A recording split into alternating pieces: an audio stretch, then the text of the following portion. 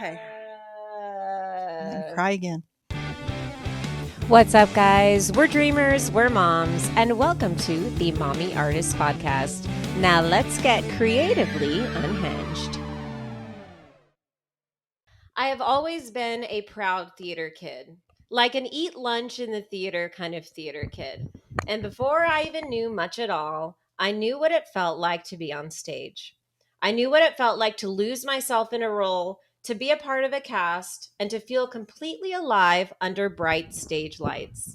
I knew how to play to the back of a house, and I knew how to conjure emotion from memory.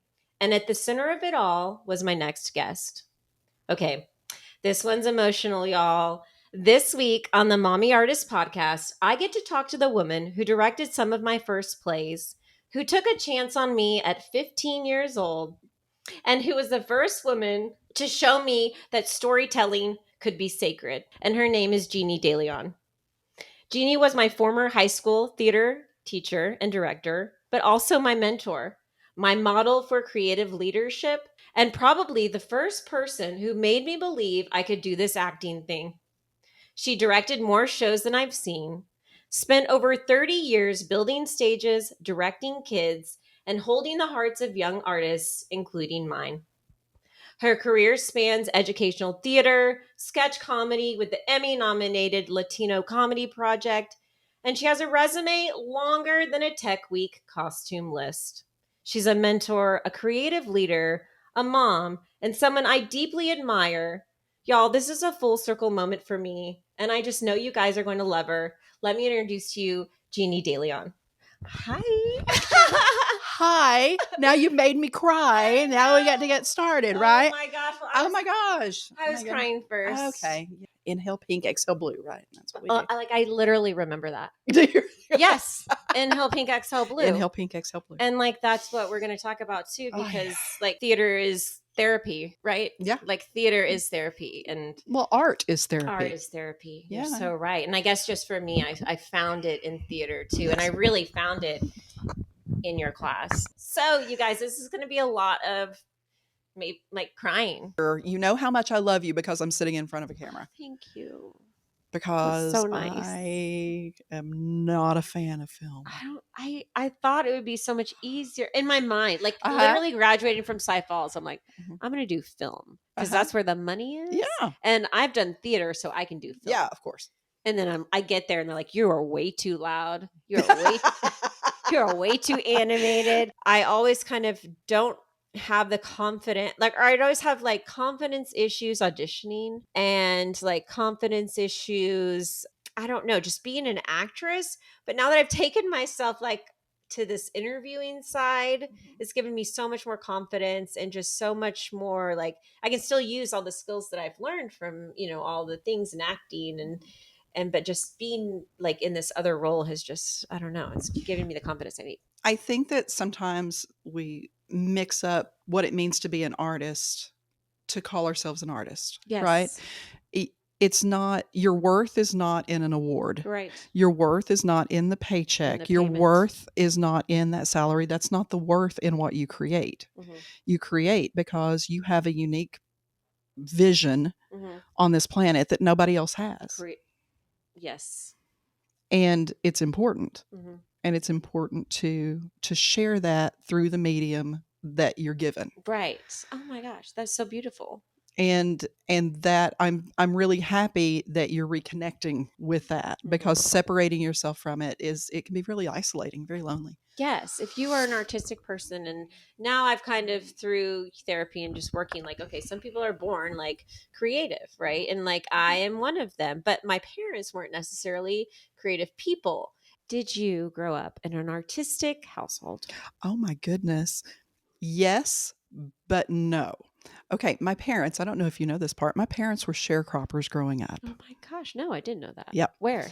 I grew up in a place called Frog Knot, Texas, northeast of Dallas. Love it. Yes. Northeast. Northeast How far of Dallas. Is that? It's Collin County. Okay. It's 17 miles as a crow flies northeast of McKinney. Okay. Right? There were 380 people in my hometown. At 14, I counted. I have 84 first cousins. Oh my gosh. So the families were large so that they could work fields and all of those things, right? Right. So I have a ton of aunts and uncles and family up there. And then artistic, yes, in the manner that, creativity, Was a side. that's what, no, that you had to be creative to survive Oh, things, okay. you know what I mean? Okay, Because yes. dad ran cattle, but he also worked in a factory. And then mom was a factory worker, but she kept the house, and that, you know what I mean? So we lived way out in the country, dirt roads and the whole thing. Right. And so we learned how to make things work. And so it was solving, it was constantly solving whatever it is, it's families coming over. We have everybody over at Easter, and so you find, make tables out of doors and put a Right, like tablecloth on figure them it and out. figure it out. So there was a whole lot of figure it out. My mother's family all were self-taught musicians. Wow. Right? So dad took me, there was like I don't know, a bluegrass concert in Blue Ridge every weekend, and he would take me to that. So I was exposed to That's cool. arts really early, but not necessarily In the home. it. Like they weren't Not doing no, the they weren't. arts. I mean, they would play around with it as an expression, or as A hobby. as a hobby, as an outlet, as a, you know what I mean, to express, because we're all driven to that, but never as a never for show. Right. We never did art for show. Right. You know what I mean? We Just kept didn't. it personal Yeah, no, to it was yourself. always just, it was there. And then I did one act play in high school. Okay. We went to state, and That was your 1A. first like theater experience? Absolutely. Like you literally auditioned for the play and you're like, I want to be in the play. Yes. Got in the play. Yes. It was All-star fantastic. cast. Oh my goodness. I was like townsperson number 4, and it was great. And it was a show family. Yes. You And know, so that and was your first experience. which is something too, show because there were family. only 100 kids in my high school, like in the entire school. Wow. Right. But even within that, it became the show family, because to go to area, it was an overnight trip. Right. They were all overnight. So talk the bonding and the fun and the family and just the pride and the accomplishment was huge. And so when I was a senior, my director came to me and said, here's a director that I know. She's just gotten a gig at a junior college, and she has scholarships available, and I want you to talk to her. And so I did. Yeah. And so my junior college was paid for. Perfect. It was room and board, but it was the theater degree. Well, which was fantastic. That's I mean, fantastic, right? I'm totally Gen X, and so it's like, okay, I'll go do that. Yeah, theater. I was like, okay, here we go. That sounds great. All right, I don't know what I'm going to do, so I went to Paris for the summer, and Oh my then gosh, cool. my daddy cashed in all of his bonds, so Oh I could my go to gosh, Paris for the that's so summer. nice. And so I studied art history in Paris. I went from Frognaut to Paris for a month, my and then I went gosh. to college. And so that's But they were what so launched. supportive the whole time. They were. They And Dad knew that this was your thing. Dad said, and he was very worried because he really wanted me to do computers, because computers Right, were the new yes. thing. All Texas dads are worried when we say we want to go into the arts. Oh, and I just wish you'd find some nice man to take care of you. That came up too. Exactly, That one came up, saying. it came up. And then, but he was sitting in the living room one day, and he said, well, I guess you got about as good a shot making something out of that as you do anything else. Oh my, and I'm sure that and then he was all in. Yes, I love that. My dad's same. My family's same.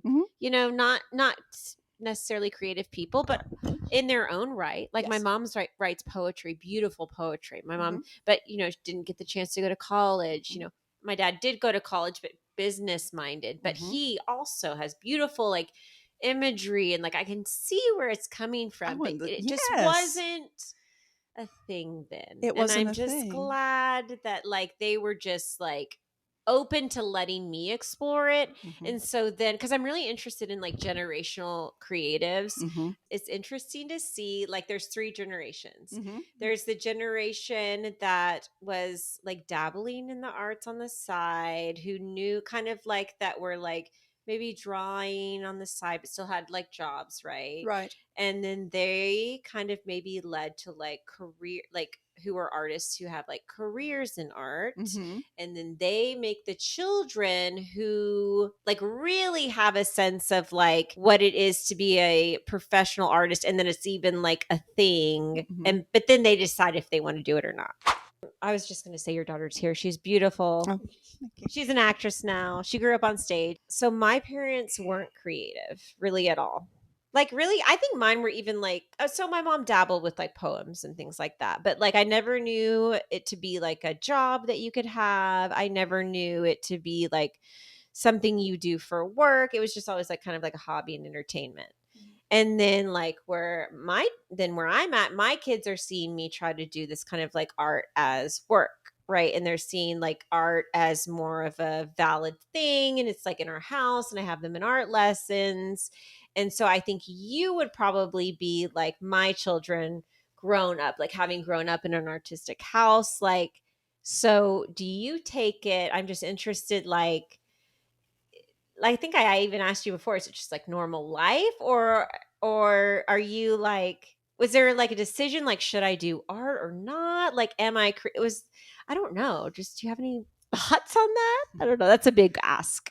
Well, it's interesting because it's always been like my parents were both theater directors my entire life, Right. always, and they worked at the pack, and after school I would get picked up and I would be sitting in the pack center and I would open the closet and there would just be paper, like a ton of different colors, and I remember just being like, it was either doing my homework or doing something to avoid it. Right. Like And something creative yeah, or so I would sit and I would make a slideshow on something that I was researching, where I would go and learn the choreography of whatever show we were doing Mhm. or learn the lines of whatever show we were doing Mhm.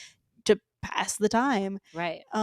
So it was just one of those things, and growing up it was like, I'm still in the middle of it, to be honest, Right. of whether or not I want to keep going into it or if Right. I want to actually go and try to explore something corporate. But Right. at the same time, it's like, I know that if I go into that and go head on into that, it's going to be something where it's trying to find the balance Mhm. between, paying rent and Yes. paying, mental health. Yes, So, girl. Yes, girl. yeah, that's just kind of one of the things that's been always Mhm. revolving in my life, but it's always been easy to be Like an crafty. open conversation in your Yeah. house to be like, you can do whatever you want, literally. Like, Yeah. yes. And that's so amazing. And it's just so, I mean, it's so cool to hear you talk about it. Like, just because you're like, well, I could choose to do this, or and then it's like kind of funny even. It's like cuz I feel like when you get older maybe, or just like as an older person looking in on you, I'm like, "Oh my gosh, so lucky." Like I just feel like you're so lucky to be born into this open space where there's so like, and I'm sure just not only in like your career but your life, like just like whatever you choose to do, but then also I'm sure it's like, okay, like there's a lot out there. Like what, like are you telling Yes. me to go try to be corporate? Like should I get a job? And I'm like, well, I'm here to tell you I think you're in the right field. I think this is the, and from what your mom has said, you're the most talented actress, and like it literally shine on stage. And so, but whatever you decide to do, it's going to be exciting. Well, thank you. I Yes. appreciate it. No, and just know that just having that your parents' upbringing is just like you will be a step ahead, and it isn't a, and it is blah, blah, cut that. And it is a like advantage of having an artistic parent if you want to go into the career, be just because of all the advice they can give you, and Mhm. just all the like, and just you growing up in the theater and being on stage, you're going up against people who haven't. So just having your upbringing, that's an advantage. And it's big, and it's kind of something like, yes, explore other things, but also like maybe this is it. Like this is your Well, call. Not this yeah. is it, but like this is your calling, Well, like it's also been one of those things where it's been very difficult. The reason why I've been in between both has very much been because throughout my entire life I've been like, okay, this is what I want to do. This is Mhm. what I want to go into, and I've been told I'm good. I've been told I'm Right. good at what I do, and then to hear all of those no's whenever you get into a Right. space Oh, where right. it's like it's not as open, you just hear a lot of no's. and and She's joining. and The no's that you knew were coming Like what you mean, because from colleges or what? Or from like from auditions? auditions, from colleges, from like like anything, Mhm. just just hearing no's, and It's hard. it's hard because, my whole life both of my parents have been directors and my True. coaches and putting me in all of these And classes they know and things you're like that. good, and you are good. Mhm. May I also Yes, interject? That's what I was say. May I also interject? She's talking about having us as directors. She was in shows with us. She's been in shows with us since she was very, very small. Mhm. But she didn't have lines in a show until what, 7th, 8th grade. She had her first lead in 8th grade that she earned, Right. honestly. So her resume also includes roles like Kelp in The Little Which is Mermaid. great. You know what I mean? So Building there's a lot blocks. of that going on. So I just want to make sure that No, yes, no. We were not saying that No, she no, no. is given. No. it No. was actually harder. Yes, it's actually harder, I bet. It was funny because one of the roles that I have is like Redbeard number 1, and it's like just things like that. Like in my high school, But I bet you killed it. it's like Best red beard number 1 there ever was. no. But I wanted to tell you, I did direct a 6th grade UIL one-act play. Oh. It was a disaster. Well, It was an absolute disaster. You know what I picked for the script? what did you do? Butterflies Are Free. And it's a very dramatic. It is. Do you know the script? Yes. Yes. Very well. Yes. Very dramatic. And I just thought I could get these. Like, I thought I could do it. Like, I don't know. It's like They were 6th grade. No, I yes, thought they can do I it. could do it. Oh. But it didn't.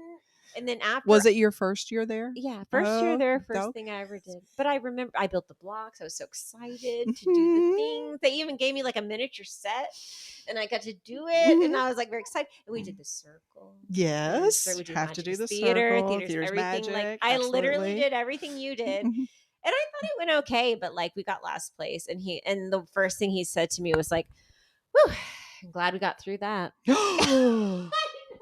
No. I know it's not the same in all of the fields and for all of the people. Mhm. But as an artist, and my husband is also an artist, Right. the question would be how do you parent with the schedules that we keep? Absolutely. And this is my last statement on it. It was every day is take your daughter to work day. Really? I was going to ask. Okay. Yeah. So which stage was the hardest? Like, was it newborn? Was it toddler? Was it now? Like, what? She's got her license now, man. Yeah. She was in the later grades in elementary school, I think, were the hardest. Probably Okay. 3rd and 4th grade was the hardest in there. And it wasn't anything to do with her. It was where we were.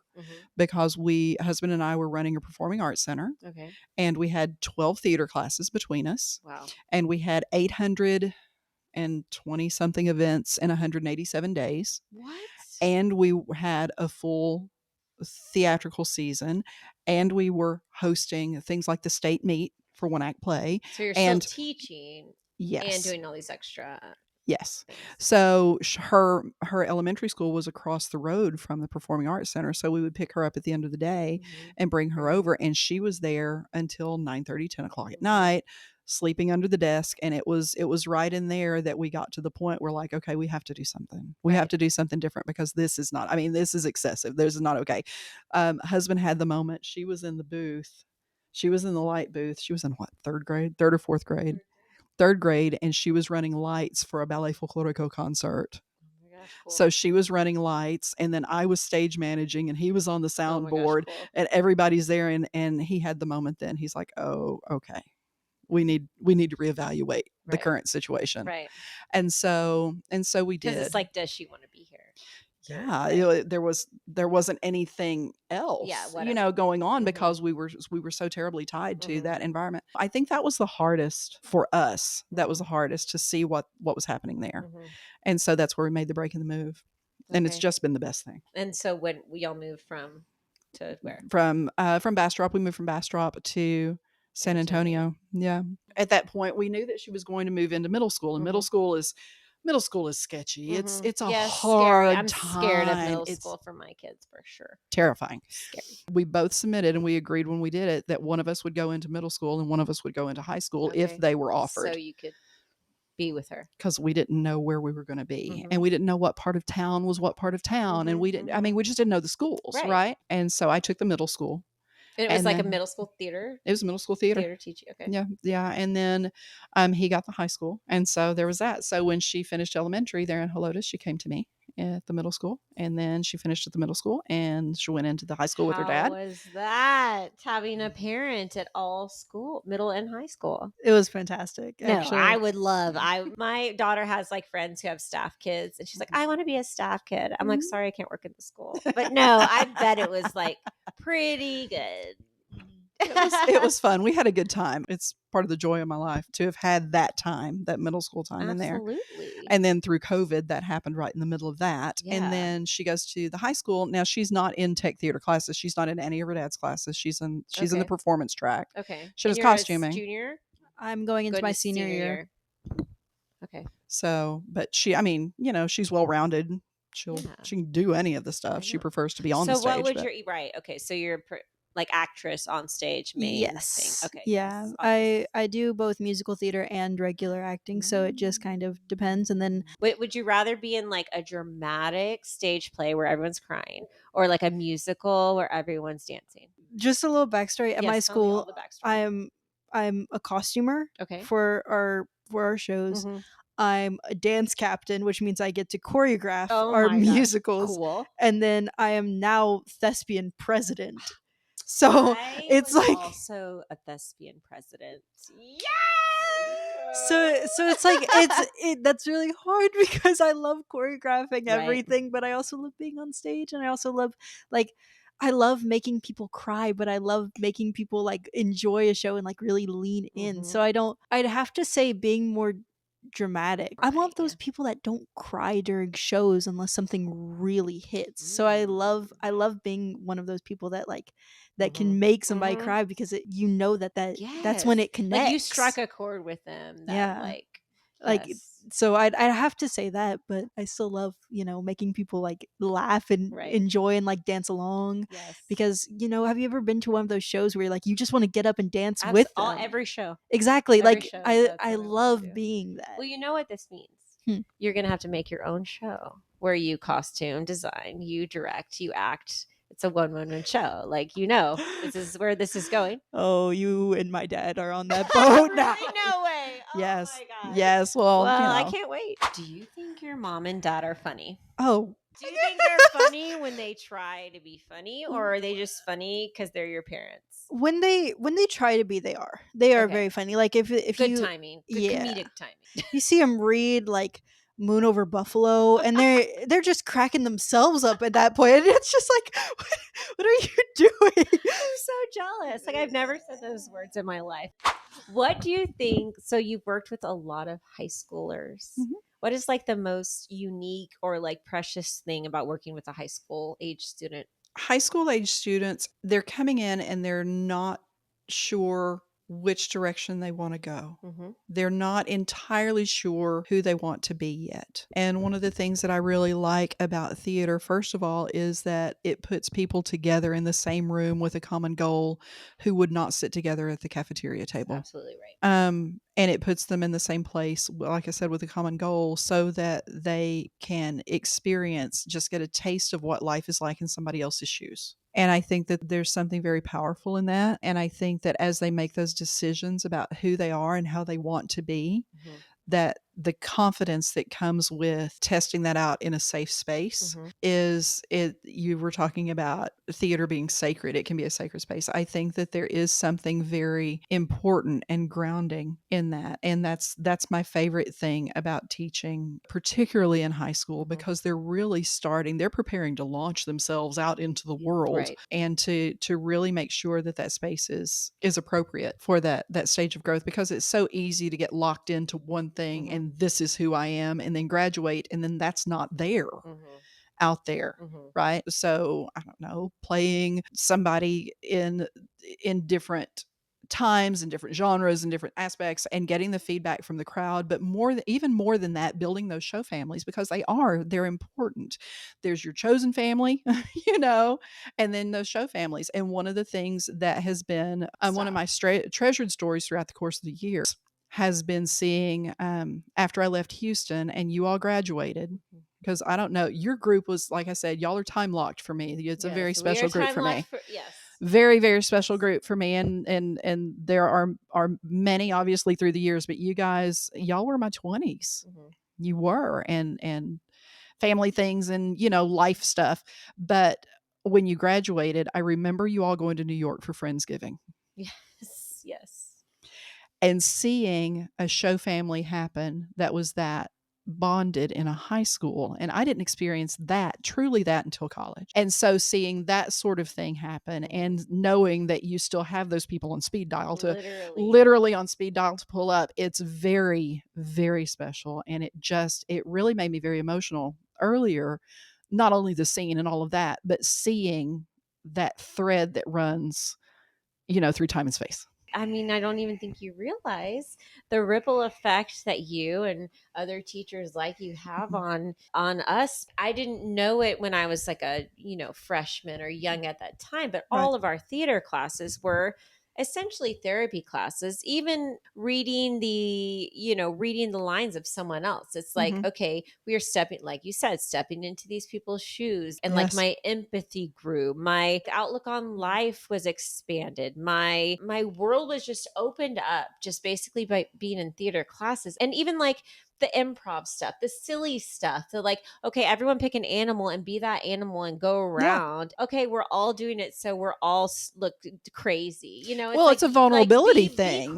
Be let's creative, be be vulnerable, crazy. be like let's just and like to have no one judge you, play. and then to have like to feel release after. Yes. To feel like, wow, that is my therapy. One more thing, and I know what you're going to say already. Is there room for the arts to improve in the public school setting? Yes. Absolutely. Yes. Okay. Of course. Yes. I like quickly my thoughts on that, because I know you have much more. Oh, I have many thoughts. Many, and we don't have to get like completely into it, but I am curious. So when I went, still when I went to my kids' school, there's a music and there's an art and there's PE, right? And so the first grade musical, I was inserted myself into and helped, and just the whole time I'm thinking how better use this could be, just blended into one arts program, and they just I don't know what it needs. It needs something different than there is now. And even when I was, because I remember being in music in 5th grade and learning about, Najee, who was a jazz musician of his day. And like, I just think it'd be so much more important learning about character development and plays, and then in turn, empathy and in relationships. They could do so much with it. They're not. And like, why? Well, first of all, recognize that I know my bias as a theater person. Theater is a combination of all disciplines. Right. It's all of it. It is. And it's practical applications of all of the disciplines. It is. And so for me, theater is the best place to teach music and math and science and history and literally everything. Literally all the subjects. Literally all of the subjects. So for me, I think that it's never too early to start, because if you put the babies on the stage, then they have confidence in themselves and in speaking in public and making those connections and making eye contact and all of those they call them soft skills, but they're not. It's life skills. Yes. And I just talked to someone who was in the business world. She was like, I'd much rather hire someone with a theater degree than a business degree these days, because they have they're so much more well-rounded in their skills and their people skills and their having to deal with life skills and their mental skills. Pressure. Yes. Problem solving. Yes. I mean, if you've got an audience sitting out there and something breaks, tears, whatever it is, you still do the thing. So being able to solve problems with grace, under pressure, collaboratively, I mean, those are marketable skills. And I think that you can't start that too soon. It's good for kids. You just get the right people in there. It's good for kids. There is no downside for kids. No. I was 6 hours shy of a psychology degree. Oh my gosh. Well, that doesn't surprise me. Because it's so closely related to what we do. And I didn't want to hurt people. So anyway. It's like we're playing in that in between, that entertainment space. I don't need you to become Dracula. Right. You know what I mean? Right. I think that there's an important, it's important to empathize, but we draw lines. I have a surprise for you. What did you do? We're going to talk to someone.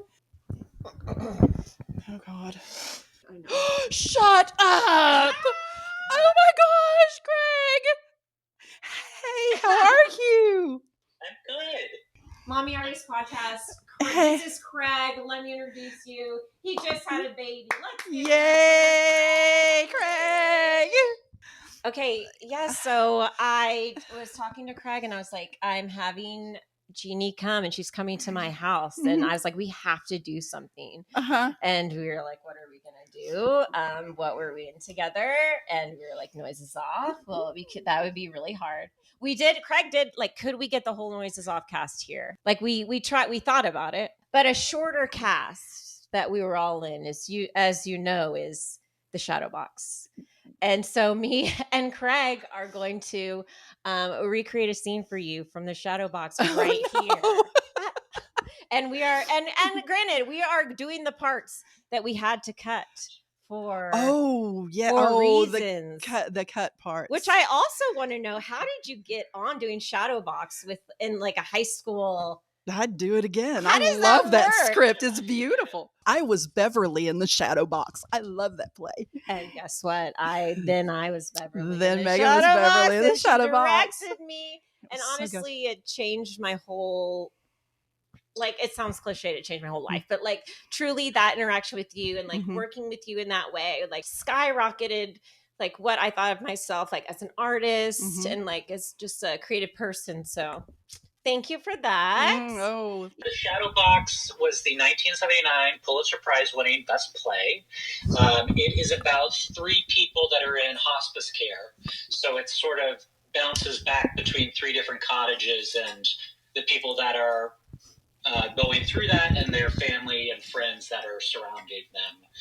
So this is Brian and Beverly, who were married or no longer married. Correct. And Beverly's already had an encounter with Mark, who is Brian's lover. All right, are you ready? I am. This has only been a little over 23 years. Okay, yes, this is a reprise. This is a 20-year reunion. Yeah. Okay.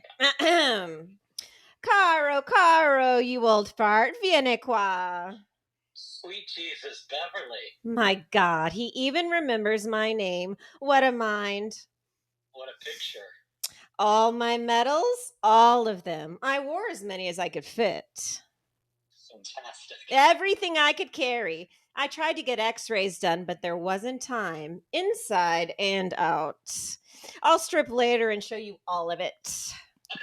Good. What a surprise. I'm so happy you've come.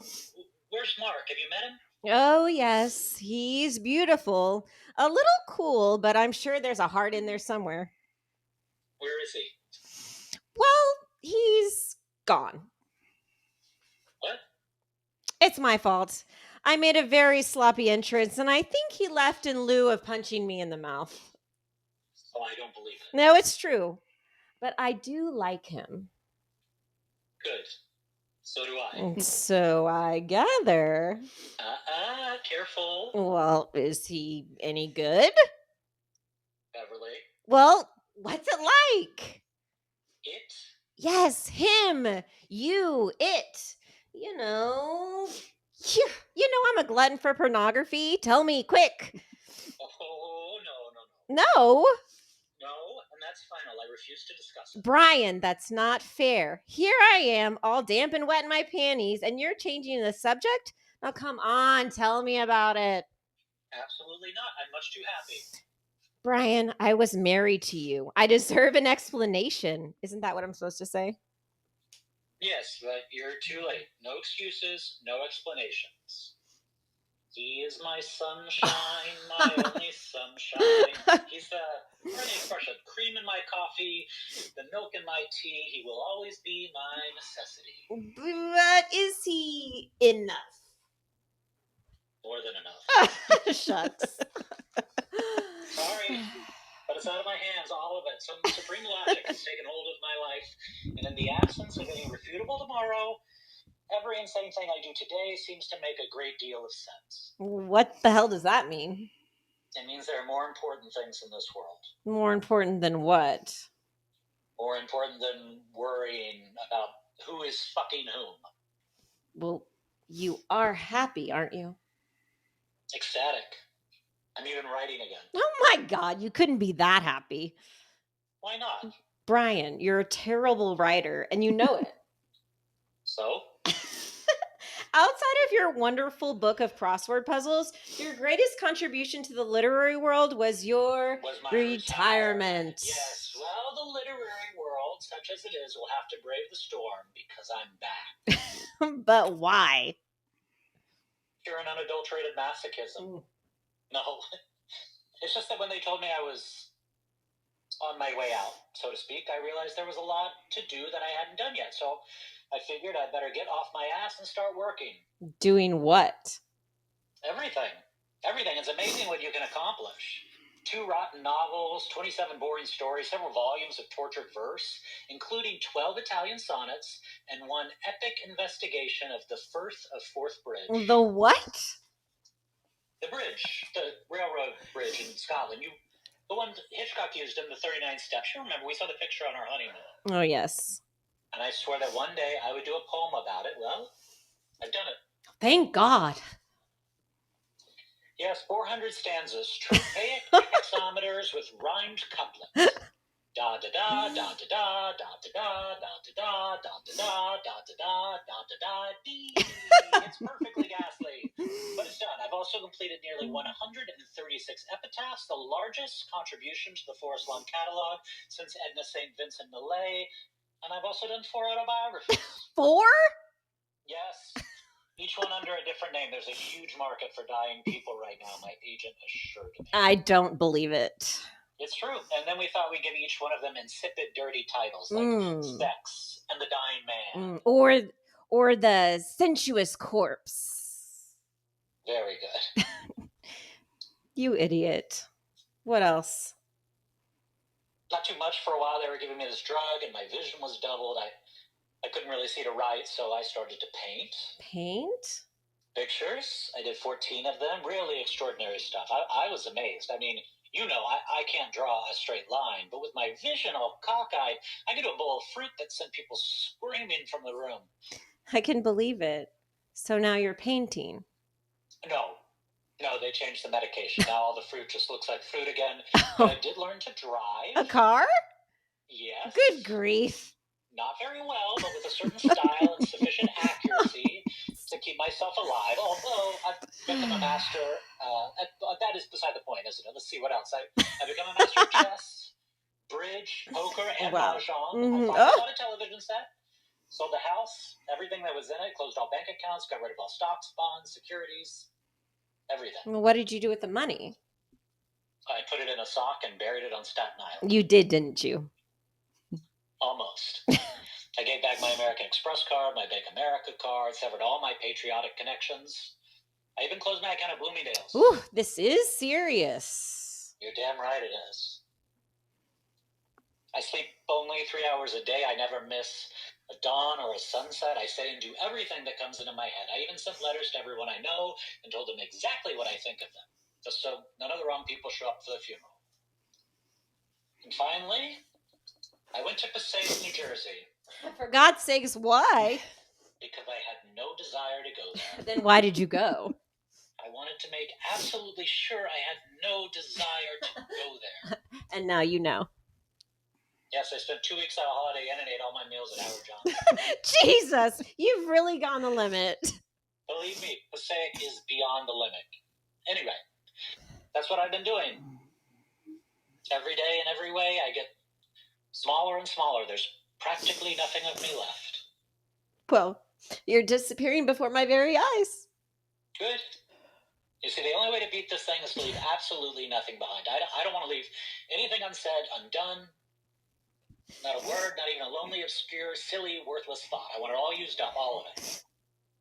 That's not too much to ask, is it? No. That's what I thought.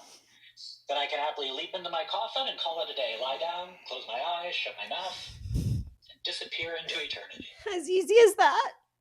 Like falling off a log.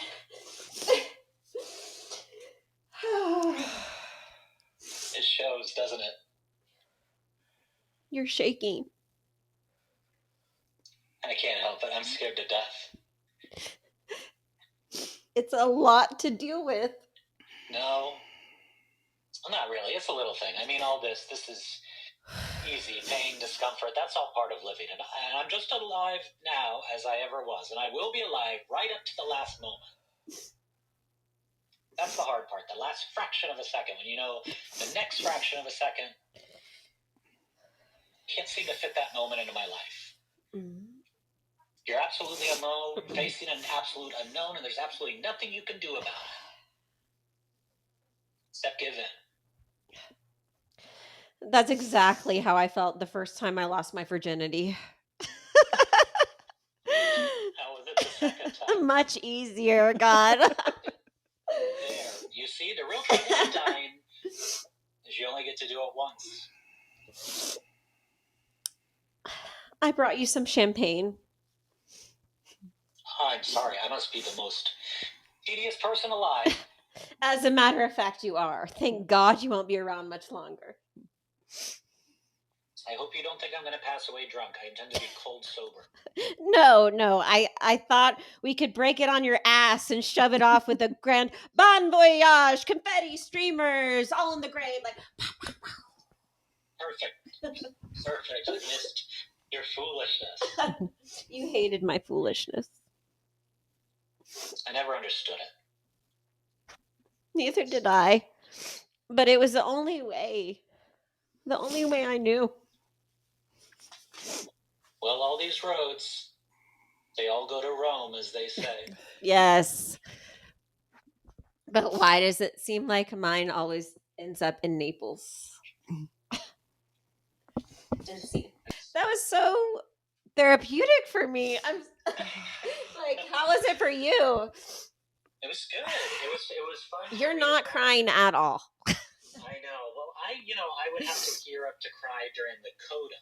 That was where the tears. Yes. Really the coda would take me out. Yes. Craig, thank you so much for doing this with me. And literally, thank you so much for having me. Welcome to Hot Seat segment with the mommy artist. Are you ready? I am ready. Hot Seat segment. Call list or callbacks? Are you trying to look at the questions? I was. Call list or callbacks? Callbacks. Glitter on the stage or saying get instead of get? Oh, that's bad. That's just get in evil. The car.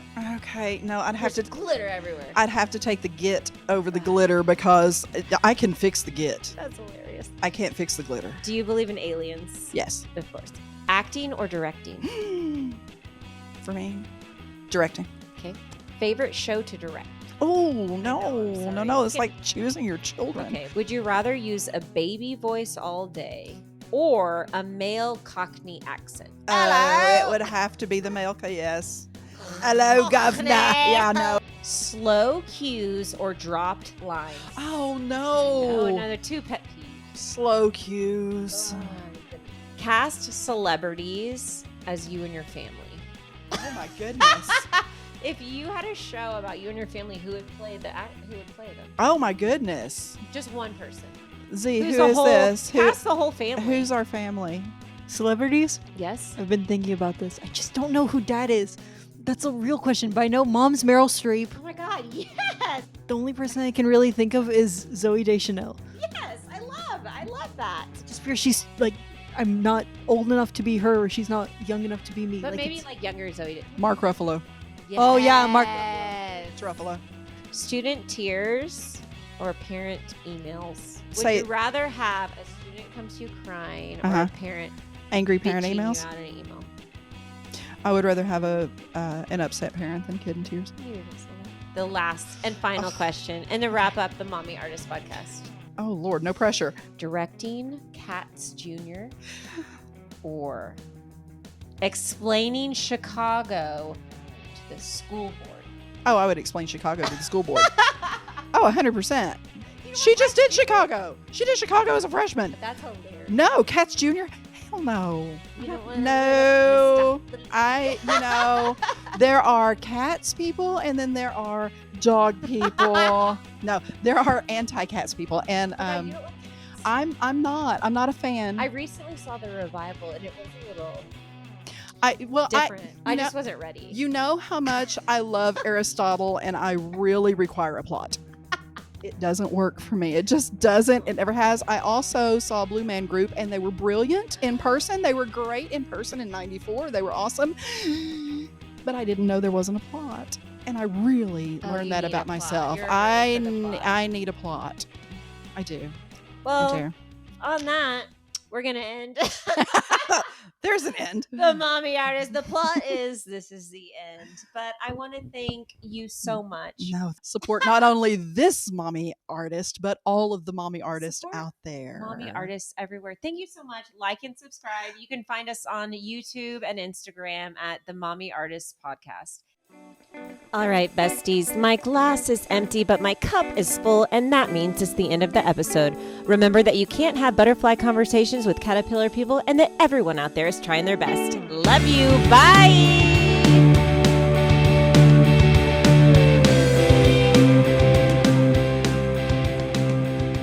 You can find the Mommy Artists Podcast on YouTube to watch the full video. Give it a like, hit subscribe, and come back next week for more iconic chaos and creative magic. But no worries if not.